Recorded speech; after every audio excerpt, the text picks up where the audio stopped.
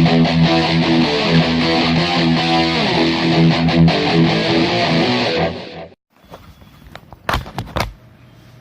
up guys, so I'm back with another video, and today we are going to address a topic which is very fundamental to weight training, but I see it being abused constantly in the gym. Let's have some discussion on it, and the discussion is going to be on range of motion of exercises and why should anyone do exercises with full range of motion. Let's get a background and some context first. Now you see multiple gym goers perform exercises with a lot of weight but with absolutely zero range of motion, right? Their bar path will be 2 inches at times. That is an incorrect way to perform an exercise and to train as well as a whole. And that is mostly what is ego lifting in its glory. So now that we are clear on that, let us talk about why all the exercises should be performed with full range of motion.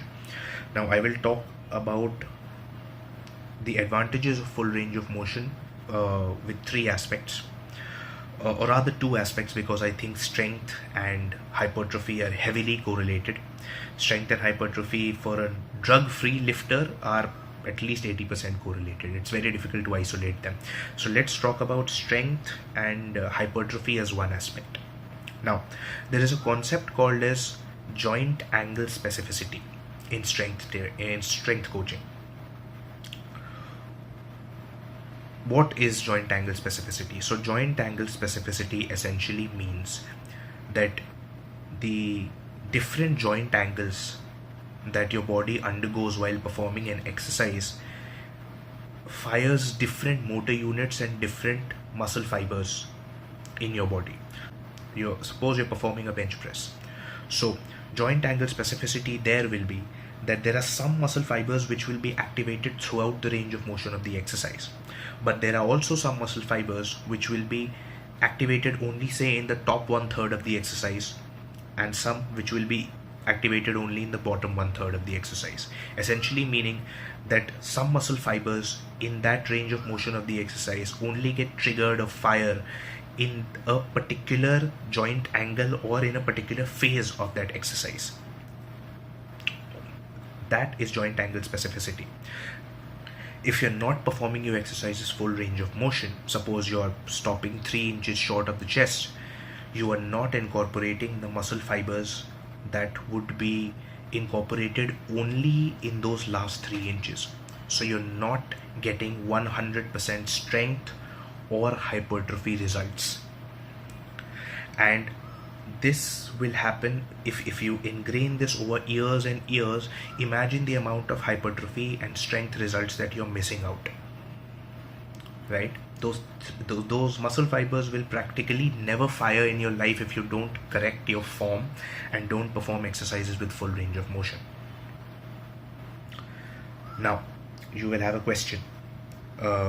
If that's the case, why is it that some elite powerlifters perform partial range of motion exercises like board presses? Why is it that a lot of athletes, track athletes, do quarter squats instead of full squats? Now those elite powerlifters don't perform only board presses. They perform full range of motion bench presses for 90% of their programming. The 10% that they do is because at times locking out becomes a weakness for them. There are very, very limited there are very, very limited raw powerlifters whose lockout is a problem in the bench press. Lockout is generally a problem when you're an equipped powerlifter. That is why you will see them perform board presses. And also at times, say there is a sticking point in the bench press of a particular powerlifter, which is say 3 inches above the chest, which is a general sticking point for powerlifters.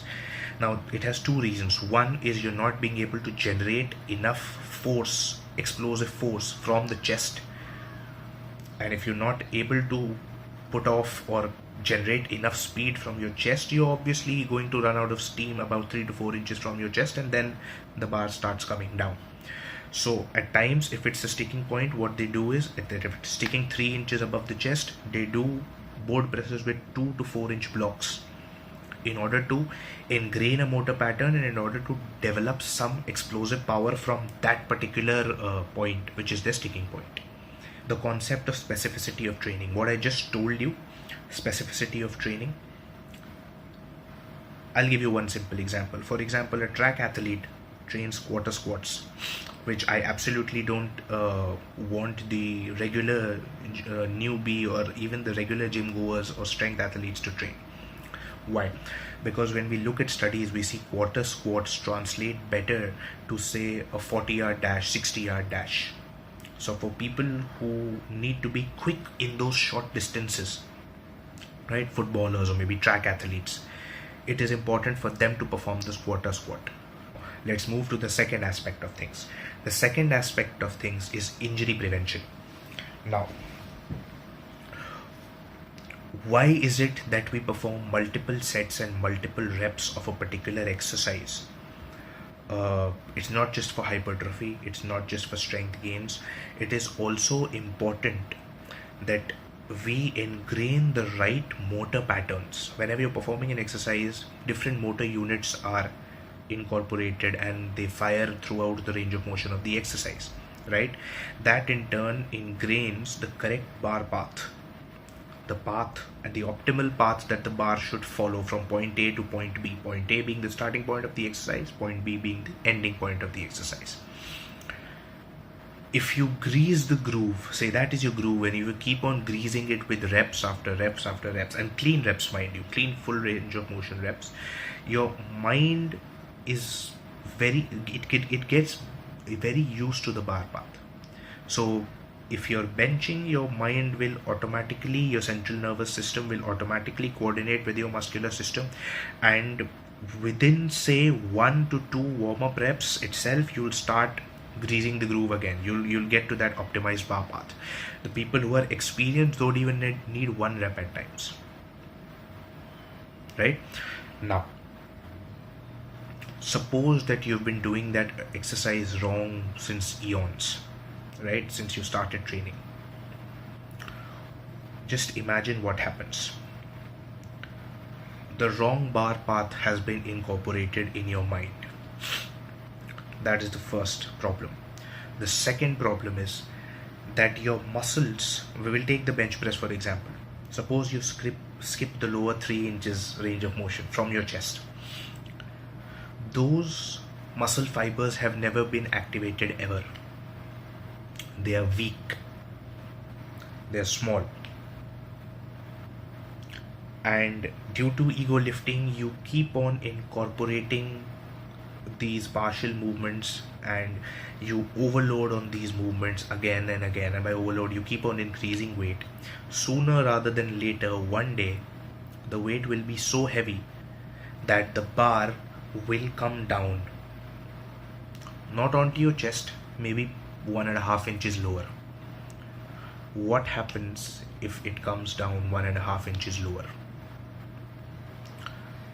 The bar path, the motor pattern has not been ingrained properly. The muscle fibers which are to fire to push that bar back up have never been fired in their life.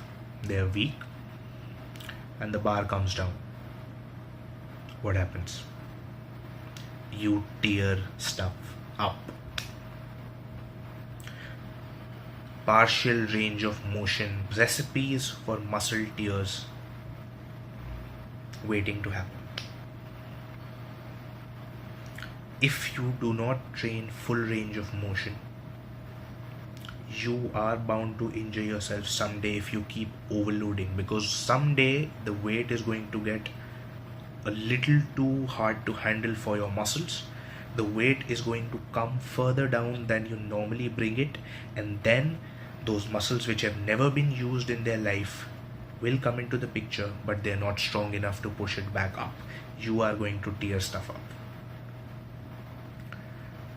And if you're so hell-bent on performing partial range of motion exercises, or you have some injury which does not allow you full range of motion, make sure you have a physical object in between to stop the bar from collapsing onto your chest. Board presses or pin presses, so that you don't get pinned on the bar. And this is for not just the bench press. I'm citing the bench press example because it's the most frequently abused exercise in this regard, and also because it is the most fatal to be pinned under. I mean, a 100 kg bar on top of your neck is certain death. So yeah, that is I think I have made a good enough case for why people should do full range of motion exercises, and I hope it helps, and I'll be seeing you.